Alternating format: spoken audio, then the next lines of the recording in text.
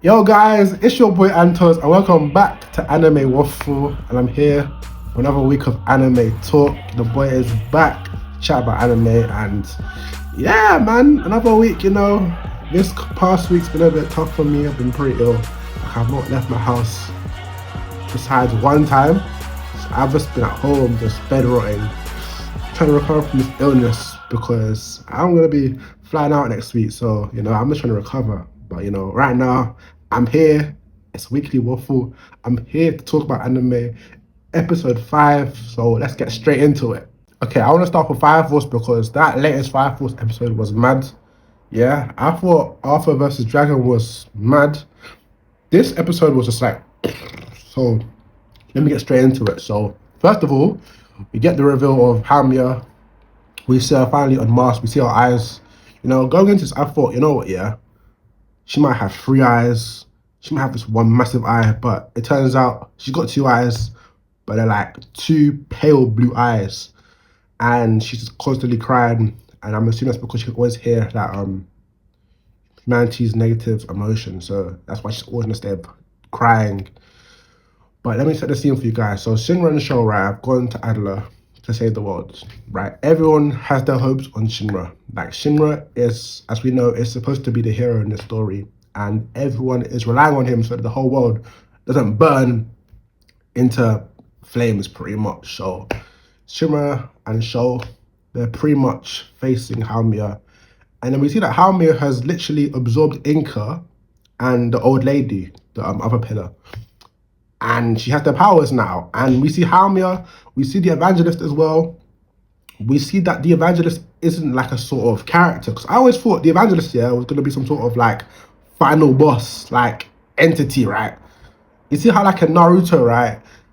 In the end, they fought Kaguya. I thought that's what the evangelist would be for, but in Fire Force. But it turns out the evangelist isn't really like a physical being. It's more of like humanity's collective of no fear, and that is pretty much what the evangelist is, more of like a concept. And the evangelist is pretty much, I'll say, powering up Haomiya, but as we see Haomiya and then the evangelist behind her, it's like, like, I guess in a way the evangelist is kind of powering up Haomiya, but the evangelist isn't actually an actual like thing. It's more of like a concept, that humanity has created. But Haomiya at this point, she is like invincible. We see Shinra and Sho stop time, right? And oh gosh, because remember that fight in, I think it was in Fire Force season 1, where Shinra and Sho, they finally like found each other, they finally fought, yeah, and that fight was sick. They were stopping time, yeah, it was crazy, right? They do it again, yeah. Those two stop time, and they try to attack Haomiya, nothing. 0 damage, right? Like, oh my gosh, like, I was hyped as well because I thought they were going to do something, but no damage, right? So, yeah, so pretty much, it's pretty much Shinra and Sho versus Haomiya. And obviously Haomiya is telling Shinra that, but it's pretty much, yeah, for there to be no suffering in this world, right? For there to be like no fear in this world, everyone needs to die. Like, everyone needs to burn, the great catalysm has to happen, the world needs to total reset. Just everyone just die, right? So there's no more suffering in the world. And Shinra's like, no, of course. He's like, no, humans are different, He's got his whole team 8, people like show up, believe in him. Like, that's not the only way out of it, is just everyone dying. Like, we can actually make it through.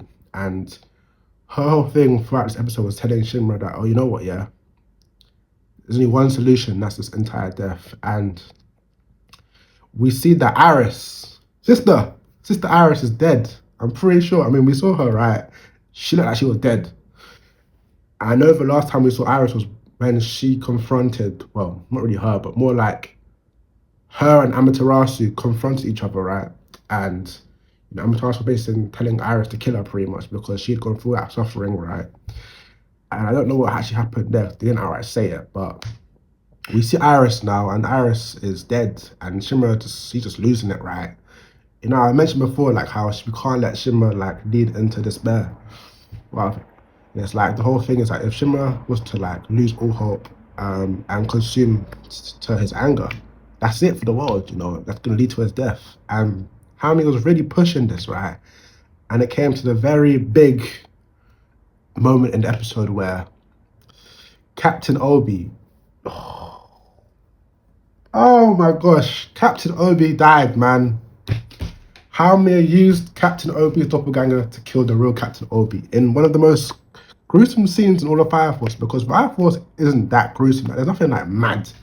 But this scene, yeah, Captain Obi's doppelganger had pretty much infiltrated Squad 8, and he literally came up to the real Obi right from behind, snuck up to him, got the knife, and bro, I lost it. I actually lost it because, you know, I actually couldn't believe, like, they actually killed off Captain Obi. Like, he's dead. Like, Captain Obi is dead. And I was just like, what? Like, Fire Force doesn't really, like, kill off, like, their main protagonist like that. And for a character like Captain Obi to just die just like that, oh my gosh. Like, I was speechless. Honestly, I was speechless. But that sent Shinra, like, Captain Obi is obviously like his role model in the sense of like being a hero, like standing up for what is right, and Shinra lost it. Like, Shinra actually lost it. Like, he completely lost it. And as we saw, when Shinra lost it, pretty much the world was pretty much engulfed in those black flames and pretty much signifying the end of the world. You know, everyone just knew that, you know, Shinra was just on the verge of giving up because Captain Obi was his guy, bro. And to see him go out like that, and for what Captain Obi represents as well, it was heartbreaking, to be fair. And now it's like the whole world engulfed in these black flames. But I must mention though, shout out Benny Maru. Like, Benny Maru, like, he's like, it is what it is, you know. Shinra will either come through for us or that's it for all of us. And, you know, he's got faith in Shinra, so does Burns, so does Joker, so does the rest of Squad 8. So hopefully Shinra pulls through. I know that next week is the final episode of Fire Force, like, period. I love Fire Force, I really do, but man, it's like a bittersweet moment because I think this season's been rushed, honestly. I know that David Productions they had a few amount of episodes to animate all these chapters in, right? And it was hard. As you can see with this season 3 part 2, it's been rushed, right? Like, I feel like, as someone that hasn't read the manga, you can just tell that a lot of the stuff has been rushed or just cut. And they're trying to fit everything into these last few episodes. And it just sucks because, you know, Fire Force is one of my favorite animes out there, you know, besides the stupid fan service, right? Yeah. I don't care about, you know, the whole episode with Tamaki, and that was mad, innit? Like, I get what they're trying to say, but it was still mad. And it's like, bro, I just feel like, give this like 5 more episodes to like flesh out these fights that we're not really seeing, you know, these off-screen fights, you know, probably give us more like information that we need. I'd be like, yeah, this anime, I could be anime of the year, man. Like, honestly, but, you know, obviously they were under a lot of constraints of these episodes, right? And from what they have done, they've done a good job, honestly. Like, after Dragon was sick, Benny Maru fighting his old master was sick as well. Like, there's been good moments in this season 3 part 2. And I'm sure next week's gonna go crazy because, you know, I saw the preview, it looks nuts. It's the final episode of the whole series. Just, like, it's gonna be crazy, but it's just a bit bittersweet just to know that, you know, a very much beloved series has just been rushed, you know. But, you know, you gotta be grateful like it's getting its final season adaptation anyway, because some animes don't even get a flipping season 3 part 2 adaptation, because this is how it is in when it comes to anime these days. But, you know, in regards to Fire Force, man, I've loved season 3 part 2. I do wish like there was more, but what can you do? And, you know, we've got 1 more episode left, and I know it's gonna be a banger. You know, I'm just excited, you know, for this final Fire Force episode. But Fire Force, man, it was cooking, man. You know, did that cooking, Fire Force, you know, that's a pun, yeah. But on to the next anime. So we got Jujutsu Kaisen, the latest episode, and it was a continuation of Megami versus Reggie, and we saw more of Megami's domain. It's still incomplete, but, you know, as someone that watched the first season back in like 2020, right, they've come a long way. Mappa's come a long way in terms of animating and art style animation. They've done a very good job of his domain, and we just saw like how we can use like a different Shinigami in that domain. And the part where he dropped Max Elephant onto Reggie, and they were saying that it broke Reggie's like flipping fibula, his flipping ankle as well. Cause man, he has a whole flipping Max Elephant. Like, come on, that is ridiculous. But you know, we got more of the fight between Megami and Reggie. I thought it was a solid fight, to be fair.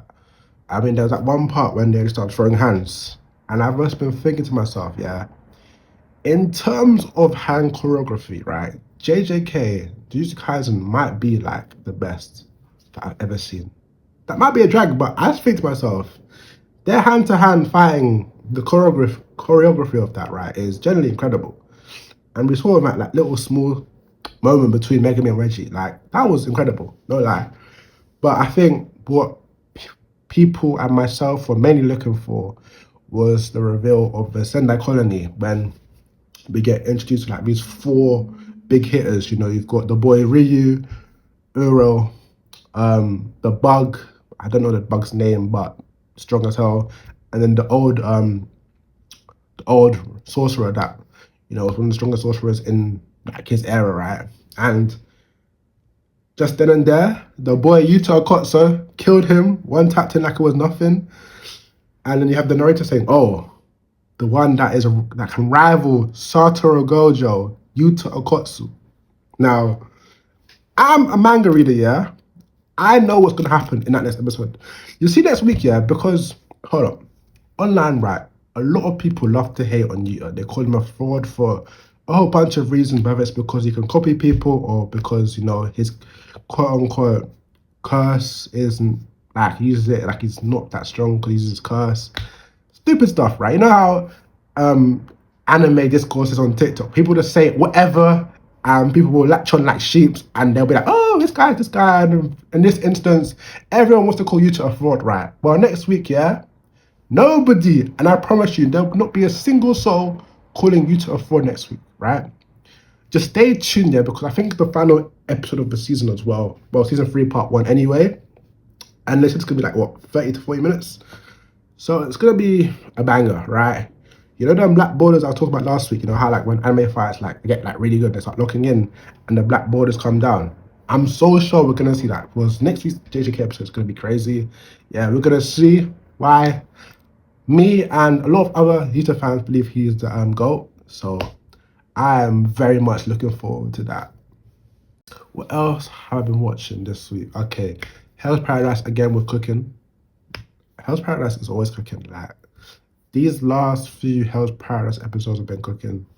You know, the boy Gabby Maru, I thought like he was gonna like die. Like, we saw like his little like car just continue burning and burning and burning, and it was almost had finished burning, but it turns out that he took the tan, is it the tan?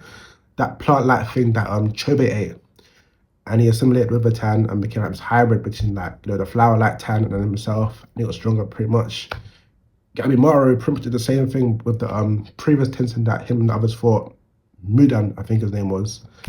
And he used that to survive pretty much. And obviously with that you get like a power-up boost as well. You know, fusing between like humans and then the tan, the plant thing, whatever it's called. You know, like, you guys know what I'm talking about anyway, but Gabby Maru is mad OP. And you know, we get some flashbacks to how him and his wife were living, him being a assassin. And yeah, he was pretty much able to finish off the Tencent, which is good. But unfortunately, in his efforts, along with Yuzu, from what we saw, I think Yuzu is dead. You know, Yuzu has been taking a lot of hits in these fights for the Tencent, and she just couldn't hold up in this most recent fight. And it's sad because I like Yuzu. I think she's really funny. She's one of my favorite characters in Hell's Paradise as well. And it's like, damn, man. Characters are just going, bro. You can't have a favorite character in Hell's Paradise, bro. Besides Gabby Maru and I forgot her name, black-haired girl, you know, forgot her name. But at the end of the episode, yeah, we had a little surprise, because it turns out Shinken has come onto the island and he is there at the Tencent's castle. Like, what? Like, I made a video ages ago saying that there's gonna be a point where Gabby Maru, Shinken, and Ren are all gonna be in the same like vicinity at one time, and here we are. Because we know that Shunken was on the island to assassinate all the assassins, right? And now that he knows that the assassins have actually teamed up with the executioners, what are we gonna do now? Because Gahimara and them lot, they're all on the same team now. They are technically the good guys in their story, right? But Shunken's gonna come for blood, right? So we're definitely gonna get Gahimara versus Shunken. I'm so sure of it. I don't know if it's gonna be this season. I doubt it, but Hell Paradise has been cooking a lot, you guys. Honestly, it really has. Also been watching Sentence to Be a Hero, which I think is okay. One thing about Sentence to Be a Hero is that they are very consistent with the animation and the fight quality, and the effects. I can't fault them for that. I can't fault them for that. The fights are great. The animation is up, always good. I can't fault them for that. But I think one thing for me is just the plot. I just think the plot is just going, my brain just isn't comprehending. That could be a lack of general reading comprehension, with the subtitles, but the storyline just isn't really hitting. I don't know, I'm into it, then I'm out, in and out. It's just not hitting properly with Sentence to Be a Hero. I recognize that it's really good. I don't really want to say, oh, it's overrated. Obviously, the first episode, a lot of people were hooked. They're saying, oh, this anime of the year, it's great, it's this and that. And I still think it's a solid anime, but I don't know, man. In terms of the overall plot, I'm just a bit confused, to be honest with you. I think a lot's happening at once. I'm just not sure what to play.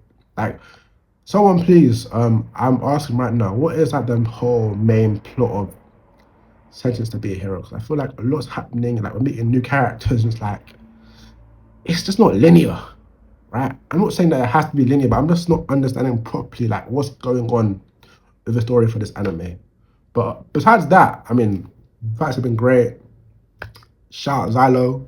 He's got his ability to throw the swords and the explode is a nice ability. Shout out Terrorita as well, the goddess. She's funny as hell.